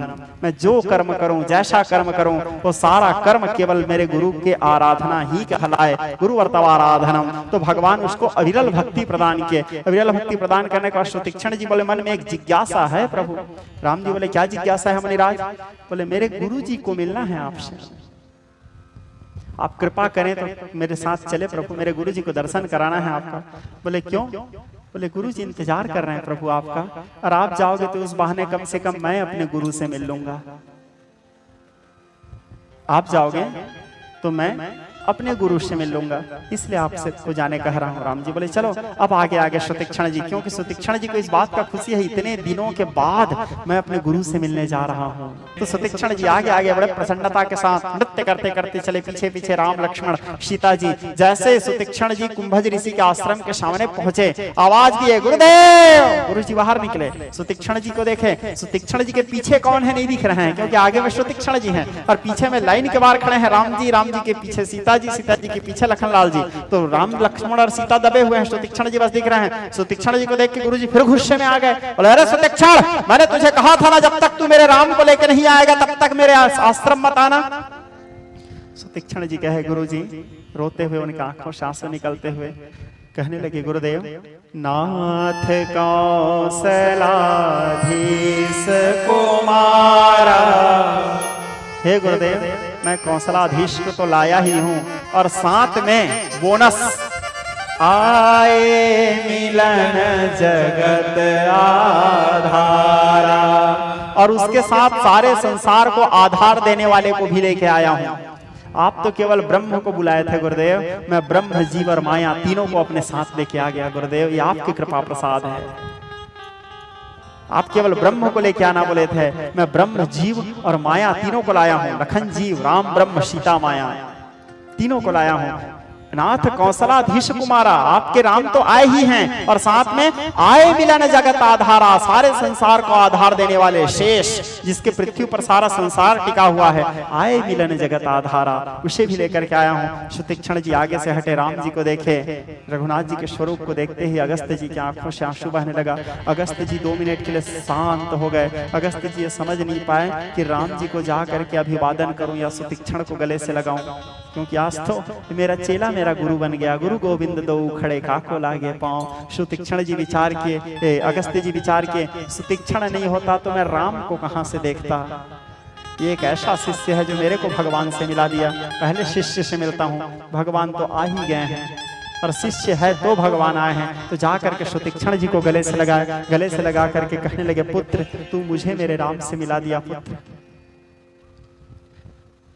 सुतीक्षण जी अगस्त्य जी को अपने साथ लेकर राम जी के पास आए। राम जी अगस्त्य जी को प्रणाम किए, क्योंकि भगवान कहते हैं अहो ब्रह्मण्य देवस्व दृष्ट्वा ब्रह्मण्य त्वया मया ब्राह्मणो मम देवता, ब्राह्मण को अपने देवता मानते हैं। दूसरा अगस्त्य जी जो है राम कथा के ज्ञानी हैं, भगवान शंकर को राम कथा सुनाते हैं। एक बार त्रेता जुग माही शंभु गए कुंभज ऋषि पाही। स्वयं भगवान शंकर को जो राम कथा सुनाते हैं, क्या ज्ञान होगा उसके पास। रघुनाथ जी उनको प्रणाम किए। प्रणाम करने के बाद अगस्त्य जी उनको अपने साथ लेकर के आए। आने के बाद अपने आश्रम में बिठाए, कंदमूल फल दिए, भगवान कंदमूल खाए। अगस्त्य जी के आश्रम में सुतीक्षण जी सहित राम लक्ष्मण माता जानकी वहां निवास किए। कुछ समय व्यतीत हुआ, वहीं आश्रम में रहे। उसके बाद अनेक प्रकार के अस्त्र शस्त्र कुंभज ऋषि राम जी को प्रदान किए। अनेक प्रकार के अस्त्र शस्त्र प्रदान करने के बाद कुंभज ऋषि के पास एक विशेष अस्त्र था, जिस अस्त्र का नाम था सम्मोहन अस्त्र, जिस अस्त्र के द्वारा किसी को भी पूरे ब्रह्मांड को वश में किया जा सकता था। ऐसे सम्मोहन अस्त्र भी कुंभज जी कहे, ये सब आप ही का है प्रभु, मेरे को रखाया गया था, ये मेरा कोई उपलब्धि नहीं है कि मैं पाया हूं, ये तो तपस्या से पाया एक बहाना है, ये सब आप ही का है, इसको मैं क्या करूंगा प्रभु, मैं जान चुका हूँ सार केवल आपका नाम है, ये अस्त्र शस्त्र का मेरा क्या काम प्रभु, इसको आप ही रखो, आप अवतार लिए हो निशाचर विहीन करने के लिए, आपका काम आएगा, आपका अस्त्र शस्त्र। भगवान के सारे शस्त्र कुंभज ऋषि भगवान को लौटाए, भगवान को समर्पित किए, और उसके बाद अगस्त जी से राम जी हाथ जोड़ करके विनय पूर्वक कहते हैं, मुनिराज अब आगे मैं कहाँ निवास करूं। अगस्त जी भी वही बात को कहे, कहाँ निवास करूं, मतलब तुम तो सर्वत्र हो राम, सिया राम मैं सब जगह जानी, मैं तो जहां तक जानता हूं तुम सारे संसार में रहते हो, तो मैं तुमको कैसे बोलूं यहाँ रहो या वहां रहो। अगस्त जी से राम जी कहे, मैं लौकिक स्थान की बात कर रहा हूँ मुनिराज, लौकिक रूप से मैं कहाँ निवास करूं। तब बोले एक काम करो राम, अब तुम्हारे कार्य जो है पंचवटी में संपादित होंगे, तो अब तुम जा करके पंचवटी में निवास करो। तब राम जी अगस्त जी से विदा लेकर के पंचवटी की ओर प्रस्थान करने लगे। करने से पहले पंचवटी में सारे देवता लोग आ गए, और राम जी के आने से पहले पंचवटी में सुंदर पर्णकुटी बना करके राम जी के लिए व्यवस्थित करके रख दिए। ऋतुराज वसंत सहित सारे कंदमूल फल फूल वहां खिलने लगे, राम जी के आने के इंतजार है, पूरे सृष्टि को प्रसन्नता है, पंचवटी को प्रसन्नता है, क्योंकि राम जी अब पंचवटी में निवास करने वाले हैं। राम जी आए और आकर के पंचवटी में निवास करने लगे। दिन को रघुनाथ जी कंदमूल फल खाए, रात्रि के समय विश्राम के। आज पंचवटी में प्रथम रात्रि था लखनलाल जी का। सुमित्रानंद पंत जी लिखते हैं, चारु चंद्र की चंचल किरणें खेल रही थी जल थल में, शक्ष चांदनी बिछी हुई है अवनी और अंबर तल में, धस गए धरा पर समय साल। उसी समय पंचवटी में रात्रि के समय विचरण करने के लिए रावण की बहनी शूर्पणखा आई, और आकर के देखती है जाग रहा वो कौन धनुर्धर जबकि भुवन भर सोता है। सारा संसार के सोने के समय में ये कौन है जो अकेला जाग रहा है। लखनलाल जी का एक विशेषता था, सब सोते थे तो भी लखनलाल जी जगते थे, और जब राम जी जगते थे तब लखनलाल जी को आराम मिलता था। क्यों जगते थे? भगवान के पहरा देने के लिए जगते थे। रात को कभी लखनलाल जी सोए नहीं है, क्योंकि शेषावतार थे। कई जगह भगवान शंकर के अवतार माना गया है लखनलाल जी को, रामानुज। एक बार बलराम जी के साथ हनुमान जी पंजा लड़ाए। बलराम जी नाम ही काफी है। हनुमान जी भी फिर अतुलित बल धाम, जिसके बल का कोई तुलना नहीं। द्वारिका कृष्ण लीला की बात था, कृष्ण लीला के समय में हनुमान जी बोले बलराम जी के बारे में खूब सुने थे, बहुत बल है बहुत बल है, इसके साथ कोई सामना नहीं करते। तो हनुमान जी को भी तो अपने आप में था, बोले मैं भी तो अतुलित बल धाम। बलराम जी को बोले चलो एक एक हाथ हो जाए बलराम जी बोले आइए। बोले बलराम जी और हनुमान जी दोनों बैठे आमने सामने, कृष्ण जी बैठे मुस्कुरा रहे थे, बोले दोनों मेरे भक्त हैं देखा जाए तो। बोले अब पंजा लड़ाने लगे। हनुमान जी बलराम जी के हाथ को झुकाना तो दूर के बाद अपने जगह से ध्रुव मात्र हिला नहीं पाए, अपने पूरे ताकत का परिचय दिए फिर भी नहीं हिला पाए। फिर मन ही मन हनुमान जी कृष्ण जी की ओर देखे, कहने लगे प्रभु लखनलाल के साथ मैं समय बिताया हूं, लक्ष्मण के साथ समय बिताया हूं मैं, इसके बल को देख के मुझे ऐसा लग रहा है कि इसमें लखन का शरीर है और इसके नाम में राम जुड़ा हुआ है। लखन का शरीर है और राम नाम जुड़ा हुआ है, ये कौन है इसका परिचय कराओ प्रभु। तब भगवान कृष्ण मुस्कुराते हुए कहे तुम जो सोच रहे हो वही सत्य है हनुमान, यही लखनलाल है। बोले हनुमान जी तुरंत हाथ हटा दिए, बोले मेरे से गलती हो गया बलराम जी, मैं आपसे पंजा लड़ाने के विचार किया, बोले मेरे में सामर्थ्य नहीं। लखनलाल नाम काफी है। लखनलाल जी जब धनुष बाण चलाते थे तो राम जी 2 मिनट के लिए पहले शांत हो जाते थे, लखन को देखते थे, बोले कहीं भी तो नहीं छोड़ देगा बाण को। बोले लखनलाल जी केवल मात्र बाण चलाते थे ऐसे नहीं, पूरे लखनलाल जी तुड़ीर से बाण निकाले, मतलब वो सामने में जो है वो आदमी पहले सोच लेता था मैं गया। लखनलाल जी राम जी बाण निकालते थे तो सामने वाला के अंदर तो ये भाव ही रहता था दयावान है कृपावान है, कदाचित बाण छूटने के बाद भी उसकी दिशा मोड़ देंगे। लेकिन लखनलाल जी निकाल दिए, मतलब वो सामने वाला गया काम से। लखनलाल जी के वीर भरतलाल जी को मारने के लिए तैयार हो गए थे, आपको परसों की कथा में बताया हूं शायद। जैसे लखनलाल को पता चला भरत राम मना ही भरतलाल जी सेना लेके आ रहे हैं, लखनलाल अकेले बोले भैया आदेश प्रदान करो, भरत के सामने आज भरत की रक्षा करने के लिए जो सहाय शंकर सत होई, 100 शंकर भी उसके सामने खड़े हो गए। तो आपकी दुहाई है प्रभु, आपके चरणों के सौगंध है, आज भरत को मैं उचित दंड दूंगा। आकाशवाणी निकालना पड़ गया भगवान को। बोले शांत रहो लखन, तुम्हारे बल और शौर्य के परिचय देने की आवश्यकता नहीं, काफी है तुम्हारा नाम। ऐसे थे लखनलाल जी, इसलिए तो वनवास काल में लेके गए थे। जनक सभा में महाराज जनक के ऊपर भिड़ गए थे, बोले रघुनाथ जी को प्रभु तोरो छत्र का दंड जिमी ताऊ प्रताप बलनाथ, समझाओ इसको। जो न करो प्रभु पद सपत करन धरो धनु हाथ, जो तुमरे अनुशासन पावो कंदु कई ब्रह्मांड उठावा। ये धनुष क्या पूरा ब्रह्मांड को उठा दूं, एक बार इशारा बस कर दो आप। बोले बिना इशारा किए क्या है, मैं कुछ कर नहीं सकता, विवश हूं। बोले एक बार अपने तरफ से सिग्नल दे दो, जो तुमरे अनुशासन पावो कंदु कई ब्रह्मांड उठावा। पूरे ब्रह्मांड को उठा दूं, ये धनुष क्या। भैरव कवि कहते हैं त्रिपुर विनाशिने त्वस्त्या दधीचि की तृप्त करते थे श्वास छोड़ छोड़ कर। हमारे पूज्य पिताजी कहा करते थे, लखनलाल जी जिस समय परशुराम के साथ संवाद हुआ तो वो बोले त्रिपुर विनाशिने त्वस्त्या दधीचि की तृप्त करते थे श्वास छोड़ छोड़ कर, खंड खंड होता है प्रचंड लगने से चोट, हार गए देव सब बार बार जोड़कर। भैरव प्रयत्न से महेश ने संभाला इसे, धनुष बनाया दोनों ओर मोड़ मोड़ कर। इसीलिए शेष ने कहा कि भृगुनाथ मैंने धनु ही अनेक ऐसी फेंकी तोड़ तोड़ कर। जिस धनुष को भैया एक बार तोड़े हैं, इस धनुष को तो मैं बचपना में कई बार तोड़ चुका था। उस समय कहाँ था आपका गुस्सा, यहाँ क्यों गरज रहे हो, डर जाओगे सोचते हो क्षत्रिय बालक देख के आप महाराज हो बोल के हम छोड़ रहे हैं आपको। महाराज को मारना पाप है, ब्रह्म हत्या लग जाएगा। एक बार कहीं महाराज नहीं हूं बोल दो, फिर बताऊंगा कि मैं कौन हूं। परशुराम जी भी तंतमाए, दोनों महाक्रोधी। राम जी फिर बीच में आए, ले दे के समझाए उस समय। बोले जो बालक कह तो तरी बाता। तो रावण भी लखनलाल से डरता था। रावण को राम जी का डर नहीं था। रावण जब राम जी के बारे में कुछ बोलता था तो ओ बनवासी ऐसे बोल के बात करता था, ओ बनवासी मेरा क्या बिगाड़ लेगा, सीधा बोलते थे। लेकिन जहां पे लक्ष्मण का बात आता था तो रावण 2 मिनट के लिए शांत हो जाता था, बोलता था छोट कुमार खोट बड़ भारी। रावण कहता था छोट कुमार खोट बड़ भारी।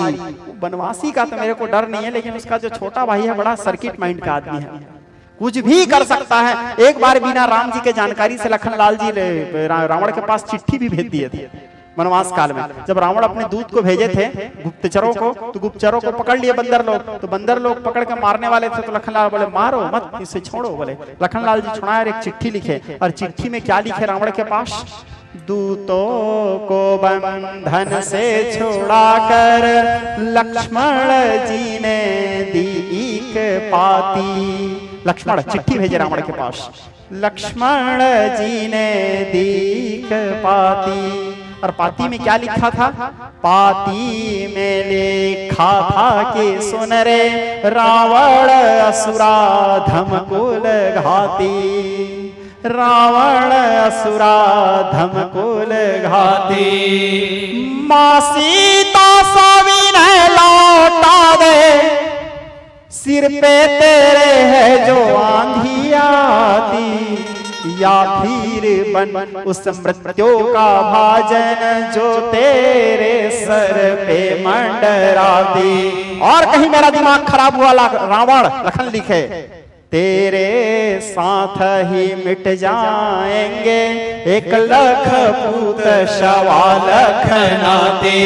एक ही बाण में तेरे सहित तेरे, रावण के वंश विस्तार में बताते हैं 1,00,000 पूत सवा लखनाती रावण का था। लखनलाल जी बोले जिस दिन मेरा दिमाग सनका उस दिन एक ही बाण में तेरे सहित तेरे 1,00,000 पूत सवा लखनाती को खत्म करूंगा। चिट्ठी में लिख के भेजे थे। अपना कल्याण चाहता है तो सीता जी को सब सम्मान ला के राम जी को समर्पित करके क्षमा याचना कर ले। तो रावण लखन से डरते थे और हनुमान जी से भी डरते थे। रावण बोलता था है कपि एक महाबल वीरा, उस सेना में एक बंदर है जो बड़ा विचित्र बंदर है, कुछ भी कर सकता है। तो हनुमान जी से डरता था रावण और लखनलाल से डरता था। राम जी से इसलिए नहीं डरता था, तो जानता ही था मेरे गुरु जी के मानस हंस हैं, ये तो आए ही मेरे लिए हैं, इससे डरने से क्या मतलब है, तो आए ही मेरे उद्धार के लिए हैं, मेरे कल्याण के लिए हैं। राय आने रावण, मय आने मरण, राम नाम से ही स्पष्ट है जो रावण मरण के लिए ही आए हैं। अब मरना तो फिर डरना कैसा, इसलिए नहीं डरते थे, इससे तो मरना ही है मेरे को।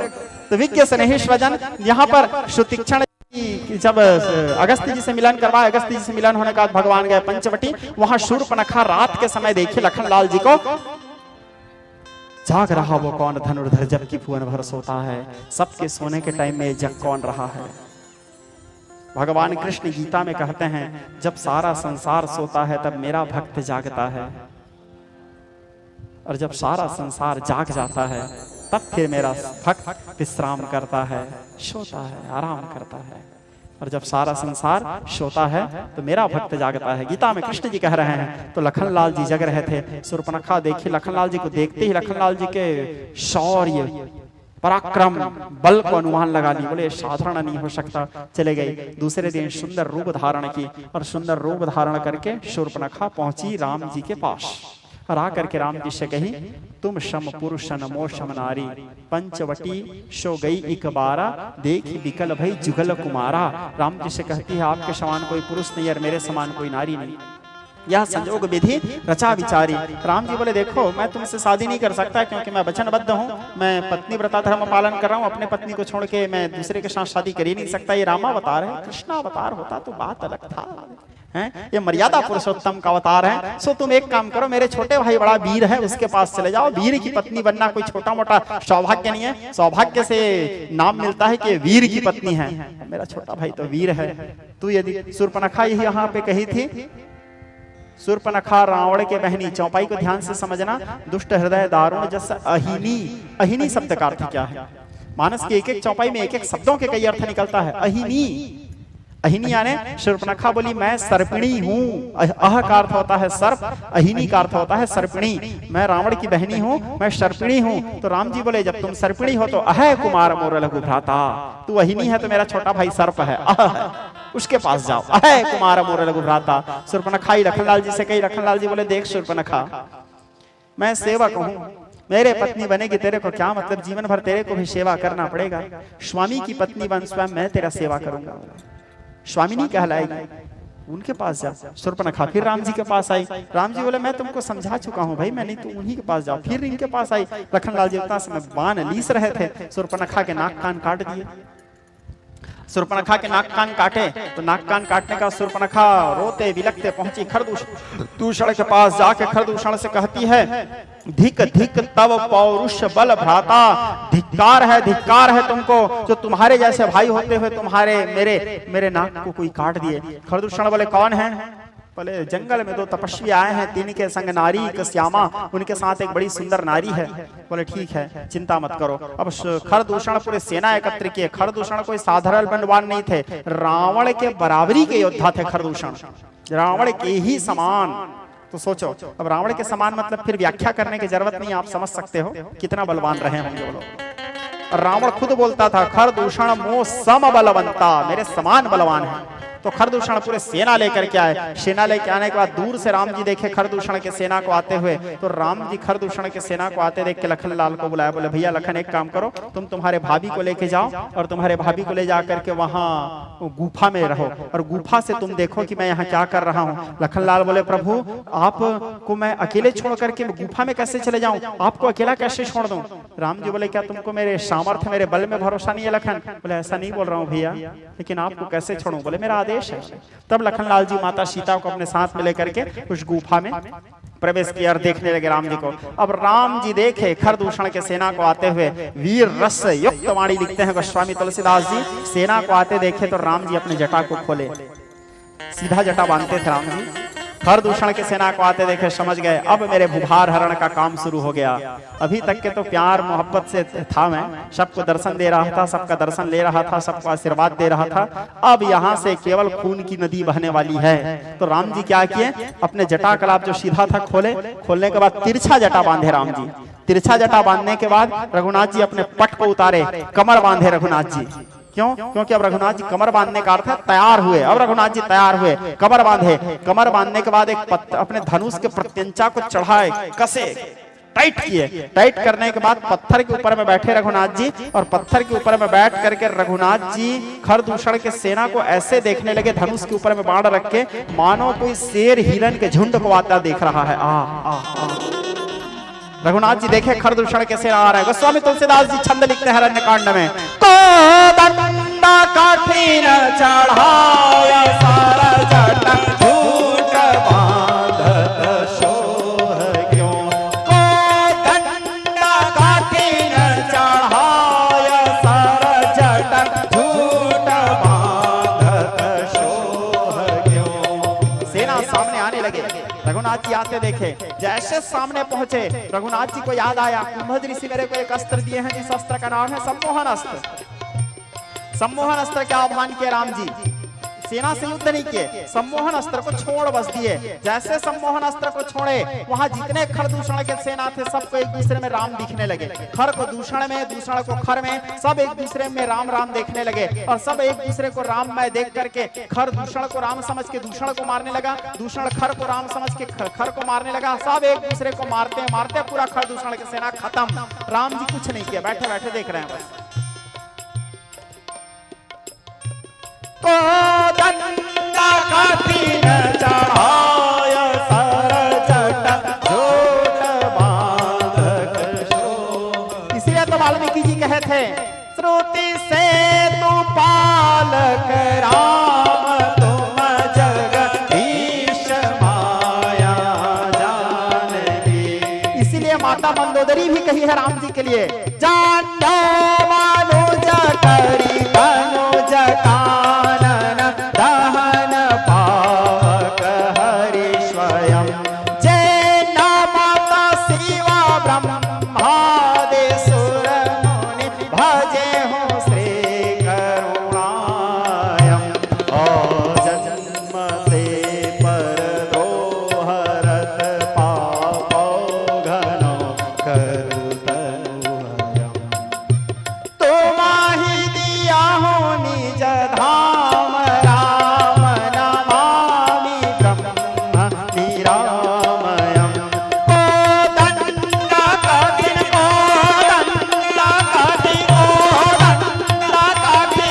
चढ़ाय सर जट जोट बांधत सोहग्यों। देखते देखते रघुनाथ जी पूरे क्षण भर में खर दूषण के सेना के विनाश के। अब लखनलाल जी सीता जी को लेकर आए, सीता जी आकर के राम जी को आलिंगन करती है। आलिंगन करने के बाद फिर कंदमूल फल खाया भगवान, रात्रि विश्राम किए। दूसरे दिन सुबह हुआ, सुबह होते ही राम जी लखनलाल से कहे, भैया लखन एक काम करो, तुम जाओ और जा करके हमारे पूजा के लिए थोड़ा सा फूल लेके आओ, हम थोड़ा सा पूजा करेंगे। लखनलाल जी बोले जो आदेश भैया। लखनलाल जी पूजा करने के लिए भगवान के फूल लेने के लिए गए। जैसे लखनलाल जी पूजा करने के लिए फूल लेने गए, तब राम जी बोले इधर आओ सीते। सीता जी आई, बोले आदेश प्रभु। बोले एक काम करो सीता, तुम पावक करहु निवासा, जब लगी करौनी साचरना।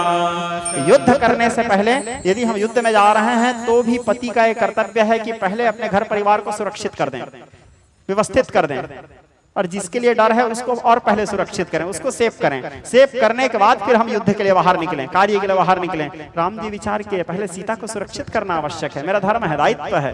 महाराज जनक के पास विदा करते समय लेके आया हूं, मैं उनको बोल के आया हूं, ससुर जी को वचन दिया हूं आपके बेटी के सदैव रक्षा करूंगा, ये मेरा दायित्व है, पति धर्म पालन करना है। तो राम जी कहे सीता तुम पावकमह करहु निवासा, तुम अग्नि में निवास करो। क्यों? क्योंकि भूभार हरण के लीला में आरंभ कर चुका हूं, विनाशाय चतुष्कृताम्।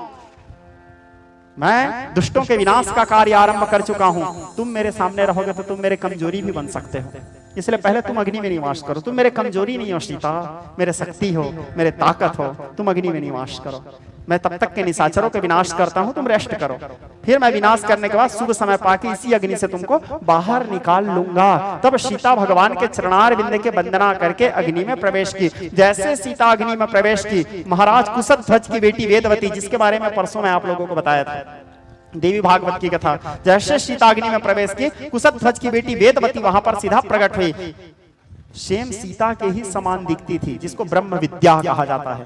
ब्रह्म विद्या वहां पर प्रकट हुई। स्कंद पुराण में भी कथा आता है, भगवती अवतार लेने से पहले बोली थी, ब्रह्म विद्या का यदि कोई व्यक्ति चोरी करता है तो चाहे वो ब्राह्मण हो, ज्ञानी हो, कितना भी श्रेष्ठ गुण क्यों न हो, यदि वो ब्रह्म विद्या का चोरी किया है तो फिर उसको मारने में कोई पाप नहीं है। अवतार लेते समय भगवान के स्कंद पुराण में कथा आता है, आरंभ में ही, मैं ब्रह्म विद्या के रूप में अवतरित होंगी। ब्रह्म विद्या, ब्रह्म के जो विद्या है ब्रह्म विद्या, और रावण ब्रह्म विद्या के हरण करेगा, जिससे क्योंकि रावण को मारना संभव नहीं, महादेव के वरदान है, शिव जी की कृपा है, और जो शंकर सहाय तो भयंकर कहा करें। तो जैसे वो ब्रह्म विद्या को चोरी करेगा उसके सारे योग्यता नष्ट हो जाएगा। तो मैं ब्रह्म विद्या वहां पर आऊंगी, तो यहाँ पर ब्रह्म विद्या वहां पर प्रकट हुई। रावण ब्रह्म विद्या की चोरी करेगा, जिससे रावण के सारे योग्यता नष्ट होगा, जिसके कारण फिर रावण मारा जाएगा आगे कल। ठीक है, तो सीता जी वहां पर अग्नि में प्रवेश की, ब्रह्म विद्या वहां पर सामने आई। याज्ञवल्क्य जी कहने लगे, भरद्वाज जी मैंने आज तुम्हारे वास्ते यहाँ तक की कथा कहा, आगे तुम्हारे क्या सुनने की इच्छा है? जय जय श्रीमद् रामचरित्रमानस सकल कलबल विध्वंसे दिवस विश्रामः। नमः पार्वती पतये। हर हर हर महादेव।